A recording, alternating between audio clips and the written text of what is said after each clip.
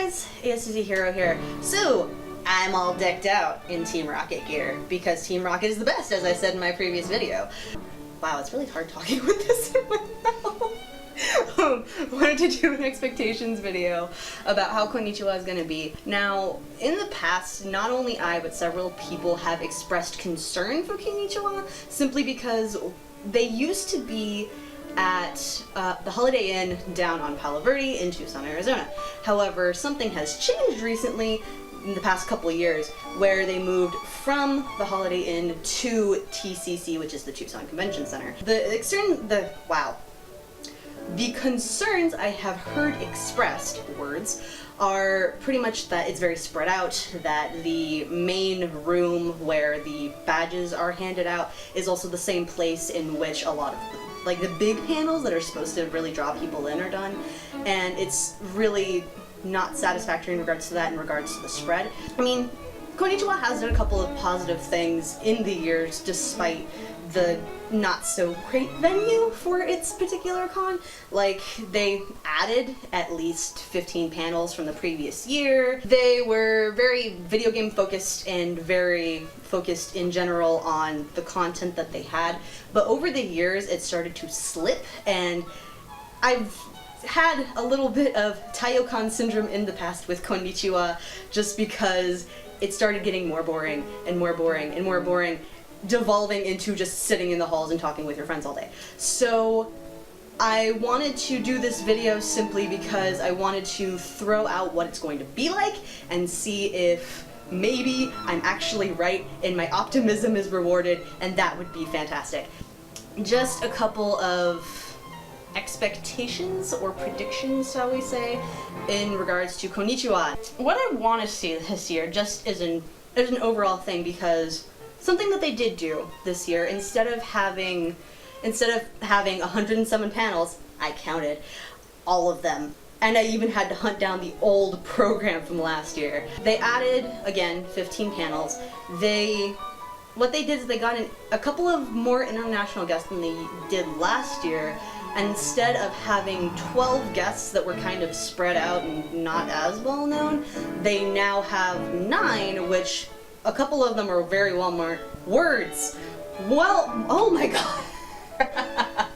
More well known when it comes to what they do, what their prospects are. Like, one's very obviously a band, one's very much an international cosplayer. They all are very identifiable, as opposed to the year before when one of the poor voice actors did a bunch of really obscure video games, and then when he had his panel, he had the large ballroom where the ending ceremonies happened and he had like 10 people. Hopefully that's going to be a quality over quantity scenario. I would really, really like for the guests to be just fantastic, which it seems like they're gonna be. But that does also lead to like budget concerns. We'll see what happens with that. For some reason this year, instead of focusing on video game tournaments, because last year they had a ton of video game tournaments which bring a lot of people in, like Super Smash Brothers, fantastic, Street Fighter, all of that stuff. Instead of focusing on that, they're focusing on trading card games for some reason. There's Vanguard, and there's like a board game called the Red Dragon Inn, which actually seems interesting, and a couple of other card games, which I know the base is now growing again, but at the same time it's like, why? Why would you bring the focus completely from video games to completely card games? So that's kind of confusing, but we'll see if it goes down. Maybe that fan base is growing again. So that's stuff I've been seeing with this year, and hopefully that is a change for the better. Specifically in regards to security, last year at Con-Nichiwa, as a Rocket in general, but a couple other people have told me their concerns, security they were on par with what they did with like peace bonding and stuff like that, keeping the peace, but at the same time they were also really snippy and kind of on edge for some reason. Team Rocket had been against a wall for a while, a literal physical wall. We were all hanging out in this hallway, and the security felt the need to scream at us on a couple different occasions.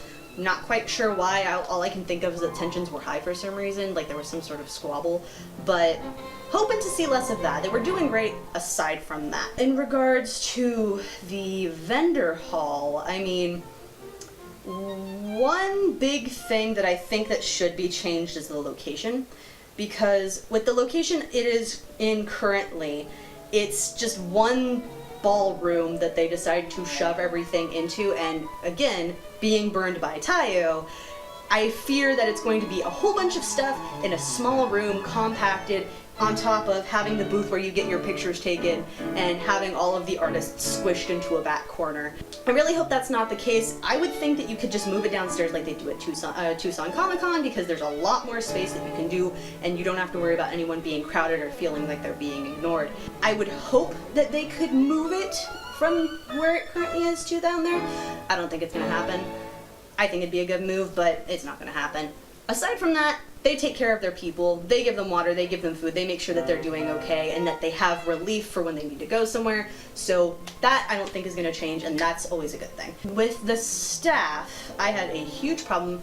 Again, I keep comparing this to Taiyo-Con simply because I was burned so deeply by Taiyo-Con, but with Taiyo, the staff did not give a crap about anything. And Con-Nichiwa in the past, their staff has been superb. They've always been really nice, they've been attentive, they know what to do. I hope that's not going to change, because with Con-Nichiwa, their staff is much more spread out. They have their people at the desk, but then they also have the people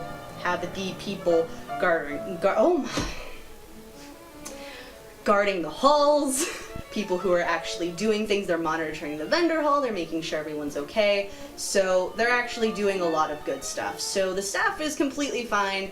I just hope they stay awesome, because I don't want them to turn into Taiyo-Con. Because I don't like Taiyo-Con. At least I didn't this year. So forget them. Panel predictions! The moment you've all been waiting for.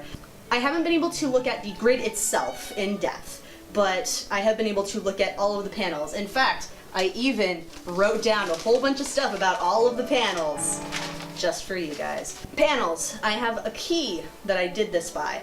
So, repeats from 2015. There are 14 of them. All of them seem to be fairly successful panels that have really good premises, like the Miss Con-Nichiwa pageant, which everybody likes to see guys dress up as girls. You know, the funny stuff. Those don't seem like they're going to be bad to have at the con. There are only 4 in-character-esque panels, which I have a huge rant about it. If you guys want to see it, let me know. But I am really not a fan of in-character ask panels because no one does it right. No one. I would think that having only 4 of them at this con as opposed to a good chunk of them that I saw last year is a strong improvement. There are at least 12 crafting panels, like, here's how you do this thing, and here are materials, and we can show you how. And there are also a lot of, like, how-to panels, like how to do armor, how to work with thermoplastics, stuff like that. So for people who want to get their craft on, that's going to be a really good thing for you guys. There are 27 panels that I personally am interested in. For this year at Con-Nichiwa, it seems to be a lot of cosplay stuff, and a lot of those panels are being run by the international cosplayers, so I can only hope that there's not a disconnecting culture. It seemed like a lot of really good stuff though, so I'm really excited about the cosplay stuff. There's a lot of over 18 stuff. We have both, we all know that I can be a little bit of a pervert, so this should not be a surprise. With that sort of stuff, there's Let's Play an Eroge, which actually is a repeat, which is a lot of fun if you're over the age of 18. There is Whose Line is an Anime, which is kind of a redo of the TV show, which is always a lot of fun if you're looking for a gag. Cosplay 101 seems like it's going to be interesting. How to make it big on YouTube. I don't think you're actually going to make it big on YouTube. Go figure. At least, you know, it's interesting. So there are a couple good things that I'm interested in. With the chunk of the panels that I saw, a lot of them are crowd participation, a lot of them are like intro panels or discussion panels, a lot of them are interaction with the crowd and kind of going over things. So honestly, a lot of crowded participation is good for the con, because then when you go to a panel you feel like you've actually gone there for a reason and that you're going to enjoy the rest of the con because you've had a good panel experience, and the other panels will probably be as good as well. I'm very hopeful about that. Overall, with the con, I'm actually pretty hopeful. I'm pretty excited about it. I just hope that I'm not burned like I was last year, because again, last year wasn't all that exciting.